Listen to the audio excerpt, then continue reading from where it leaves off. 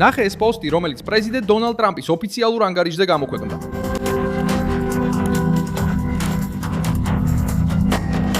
დონალდ ტრამპმა მაქსიმალური ძალით უპასუხა და ლათინური ამერიკას საერთაშორისო დაჯგუფებების წინააღმდეგ ახალი ომის ფაზის ცენტრში მოაქცია. ტრამპში მოაქცია. ამ შაბათს 2026 წლის 13 ივნისს შეერთებული შტატების პრეზიდენტმა გამოაცხადა, რომ სამხრეთის სარდლობამ სამხედრო შეტევა განახორციელა, რის შედეგადაც ჰექტორ ჰიუსტენფორდი მოკლეს. გუერეირო ფლორესი, ცნობილი როგორც ნინიო გუერეირო, მიჩნეულია ტრემ დე არაგუას ლიდერად, რომელიც ვენესუელის ერთ-ერთ ყველაზე საშიშ ბანდად ითვლება კონტინენტზე. ოპერაცია ვენესუელის ტერიტორიაზე განხორციელდა. ვენესუელური ოპერაცია. ვენესუელის ხელისუფლების კოორდინაციის ჩატარდა და ორგანიზაციის ლიდერი მიზანში ამოიღო, რომელსაც ბრალად ედება ნარკოტრაფიკი, გამოძალვა, ძალადობა, ფულის გათეთრება და კრიმინალური ქსელის გაფართოება რამდენიმე ქვეყანაში. აი სწორედ აქ ხდება საქმე უფრო მასშტაბური, ვიდრე უბრალოდ სამხედრო ოპერაცია. თეთრი სახლი აცხადებს, რომ ტერორისტებს, კარტელებსა და ბანდის ლიდერებს აღარ ექნებათ გარანტირებული თავშესაფარი არც ვენესუელაში და არც სხვაგან. რას დაავალა ტრამპმა? როგორც ცulis ეს ოპერაცია თამაშის წესებს კარტელების წინააღმდეგ კარაკასში. კარაკასი. როგორ მოვიყვები ამ ყველაფერს? თუ მოგწონს ასეთი პირდაპირი და მოკლე კონტენტი, გამოიწერე არხი, რადგან აქ ასეთი ვიდეოები ყოველდღე გამოდის. თავდასხმა დონალდ ტრამპმა გამოაცხადა როგორც სწრაფი, მომაკვდინებელი და პირადად მის მიერ ნებადართული მოქმედება. სამიზნე იყო ნინიო გუერეირო, ტრემ დე არაგუას ლიდერი, ჯგუფი, რომელიც ვენესუელის სასჯელ ახსულებით სისტემაში წარმოიშვა და კრიმინალური მარშრუტებით კონტინენტის სხვადასხვა ნაწილში გავრცელდა.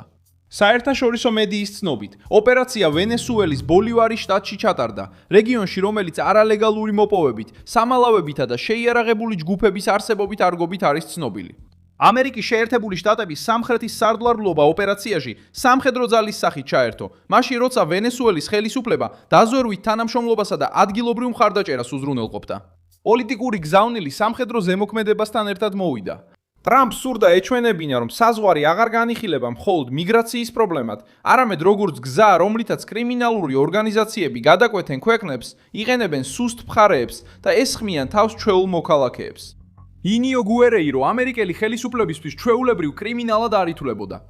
ამერიკის შეერთებული შტატების ფინანსთა დეპარტამენტს უკვე ჰქონდა სანქცირებული გუერეირო და სხვა ლიდერები ტრემ დე არაგუას ორგანიზაციიდან ნარკოტრაფიკში, ადამიანებით ვაჭრობაში, გამოძალვაში და ფულის გათეთრებაში მონაწილეობის გამო. იუსტიციის დეპარტამენტმა წარუდგინა მას ბრალდებები ნიუ-იორკში, სადაც ვენესუელელი გუერეირო ცენტრალურ ფიგურად იყო მიჩნეული ციხის ბანდის საერთაშორისო კრიმინალურ ორგანიზაციად გადაქცევაში. არსებობდა ჯილდოები $5 მილიონ იმ ინფორმაციისთვის, რომელიც მის დაჭერას გამოიწვევდა. როცა დონალდ ტრამპმა ლიდერის სიკვდილი გამოაცხადა, მან ეს ქმედება წარმოადგინა როგორც წინა საარჩევნო დაპირების შესრულება. უცხოელი კრიმინალების გაძევება, კარტელებზე შეტევა და ძალადობისგან დაზარალებული ოჯახებისთვის პასუხისგაცემა. 2025 წლის თებერვალში შეერთებულმა შტატებმა ეს დაჯგუფება უცხოურ ტერორისტულ ორგანიზაციად გამოაცხადა. ამ კლასიფიკაციამ გზა გაუხსნა სანქციებს, ქონების გატინვას, ფინანსურ ბლოკადას და უფრო მკაცრი ინსტრუმენტების გამოყენებას წევრებისა და მოკავშირეების წინააღმდეგ. დონალდ ტრამპმა ეს საფუძველი გამოიყენა იმისთვის, რომ ბანდა მხოლოდ სამართალდამცავ პრობლემად კი არა, არამედ ეროვნული უსაფრთხოების საფრთხედ წარმოეჩინა. სწორედ ეს ცვლილებაა მიზეზი, რატომაც სამხრეთის სარდლობა ახლა გამოჩნდა. თეთრი სახლის ლოგიკა მარტივია. თუ კარტელი მოქმედებს როგორც ტრანსნაციონალური ძალა, ძალადობით, ნარკოტრაფიკით და გაფანტული ხელობით, პასუხიც უნდა გადალახავდეს საზღვრებს. და ეს საზღვრებს. ვენესუელის მთავრობა ამ შემთხვევაში ოპერაციის პირდაპირ პარტნიორად ჩანს. ესეც ყურადღებას იპყრობს. წლების განმავლობაში ვაშინგტონი და კარაკასი დიპლომატიურ დაპირისპირებაში, პოლიტიკურ ბრალდებებსა და ძალაუფლების ბრძოლაში ცხოვრობდნენ. ეხლა ნინიო გუერეიროს სიკვდილი წარმოდგენილია როგორც შეერთებულ შტატებსა და ვენესუელის ხელისუფლებას შორის კოორდინაციის შედეგი. ვენესუელამ განაცხადა, რომ მის ტერიტორიაზე ამერიკული ჯარი არ ყოფილა, მაგრამ დაადასტურა თანამშრომლობა დაზვერვის, ტექნოლოგიებისა და კრიმინალურ ჯგუფებთან ბრძოლის მიმართულებით. პრაქტიკაში ოპერაცია აჩვენებს, რომ ტრემ დე არაგუას მსგავსი საფრთხის წინაშე ადრე გატინული ურთიერთობებიც კი შეიძლება შეიცვალოს. როდესაც საქმე ეხება კრიმინალური სტრუქტურის დაშლას, რომელიც ზედმეტად გაიზარდა, ტრამპისთვის ეს გაფრთხილება მხოლოდ ვენესუელური ბანდისთვის არ ყოფილა. ეს იყო ყველა კარტელისთვის, ვინც ფიქრობდა, რომ საზღვრების გადაკვეთა რეალური ფასის გადახდის გარეშე შეეძლო. ტერორისტული ორგანიზაციების ლიდერები ყველგან დაიდევნებიან, სადაც არ უნდა იყვნენ. ვენესუელის შემთხვევა პირდაპირ სიგნალს აძლევს ბრაზილიას, რადგან ვითარება სულ უფრო მსგავსდება. პირველ რიგში დაჯგუფება იზრდება ციხეებში, იპრობს ტერიტორიას, ატყობს ფულის ქსელს, კვეთს საზღვრებს და იწყებს სახელმწიფოს გამოგამოწვევას. შემდეგ მას აღარ განიხილავენ მხოლოდ როგორც ჩვეულებრივ დანაშაულს და ის საერთაშორისო უსაფრთხოების რადარზე ხდება. ასე მოხდა ტრემდე არაგუასთანაც, რომელიც ტერორისტულ ორგანიზაციად გამოცხადების შემდეგ შეერთებული შტატების სამიზნე გახდა. და სწორედ აქ არის, რომ ბრაზილიამ საკუთარ ეზოს უნდა შეხედოს. PCC და კომანდო ვერმელიო უკვე შეერთებული შტატების მიერ ტერორისტულ ორგანიზაციებად არიან გამოცხადებული და ეს თამაშის წონას ცვლის. ეს აღარ არის მხოლოდ ოპერაცია ფაველაში, ერთ-ერთი ხელმძღვანელის დაჭერა ან ტვირთის ამოღება.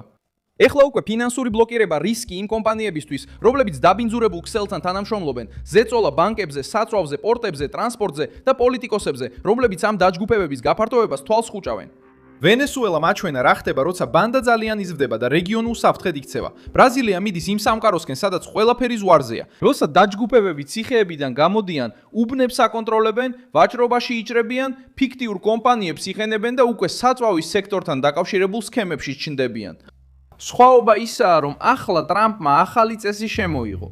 ვინც ტერორისტად ჩაითვლება, ვეღარ ისარგებლებს ბლებოკრატიის, საზღვრის ან სუვერენიტეტის ძველი დაცვის საშუალებებით, რომლებსაც უმოქმედობის დასამალად იყენებდნენ. ოპერაცია ასევე აძლიერებს სამხრეთის სარდლობის როლს, რომელიც ამერიკის შეერთებული შტატების სამხედრო ერთეულია და ლათინურ ამერიკასა და კარიბის ზღვის რეგიონზეა პასუხისმგებელი. ახლა ის პირდაპირ ინსტრუმენტია ტრამპის სტრატეგიაში რეგიონული კარტელებისა და ტერორისტული ორგანიზაციების წინააღმდეგ. ეს ცვლის გარემოს კრიმინალური ბოსებისთვის, რომლებიც ადრე ამერიკის ტერიტორიის გარეთ სამალავებზე აკეთებდნენ გათვას. საზღვარი აღარ არის ერთადერთი ზეწოლის წერტილი. ნადირობა ახლა მიმართულია სარდუობაზე, დაფინანსებაზე, მარშრუტებზე, თავშესაფრებსა და ადგილობრივ ალიანსებზე. ტრემდე არაგუა თავიდანვე პატარა ჯგუფად არ ჩამოყალიბებულა. ის გაძლიერდა ციხეში, შექმნა გავლენის ქსელი, გააფართოვა უკანონო საქმიანობა და დაიწყო მოქმედება ვენესუელის საზღვრებს გარეთაც. შეერთებულ შტატებთან თანამშრომლობა აჩვენებს, რომ ამ ტიპის ორგანიზაციებზე ზეწოლა მხოლოდ შიდა პრობლემა აღარ არის. როდესაც დაჯგუფება იწყებს რამდენიმე ქვეყანაზე ზემოქმედებას, სერიულ დანაშაულებს, უკანონო ფულის მოძრაობას და ხელისუფლების გამოწვევას, ის ხდება საერთაშორისო სამიზნე. International Trump ის ცდილობს გამოიყენოს ეს მომენტი, როგორც ლიდერობის მტკიცებულება. მან დაპირდა ომს კარტელებს, დაპირდა საზღვრის გამკაცრებას, დაპრის გამკაცრებას, დაპირდა უცხოელი კრიმინალების დევნას და ახლა წარმოადგენს ნინიო გერეიროს სიკვდილს. როგორც ამ ხაზის პრაქტიკული დემონსტრაცია, თეთრი სახლის სურს აჩვენოს, რომ ტერორისტული ორგანიზაციის სტატუსის მინიჭება მხოლოდ ვაშინგტონში ხელმოწერილი დოკუმენტი არ ყოფილა. მე ვარ მილსონ ალვესი, საერთაშორისო ურთიერთობების სპეციალისტი და ჩემი მიზანია ყოველდღე მოგაწოდოს სიმართლე და შეგინარჩუნო ინფორმირებულობა. სიახლეების ბულები ვიდეოს აღწერაშია. მოიწონე ეს ვიდეო, გამოიწერე არხი და ბოლოს გადახედე კომენტარებს. ასე უკეთ ჩაერთვები ჩვენს საზოგადოებაში. Wilson Alvesi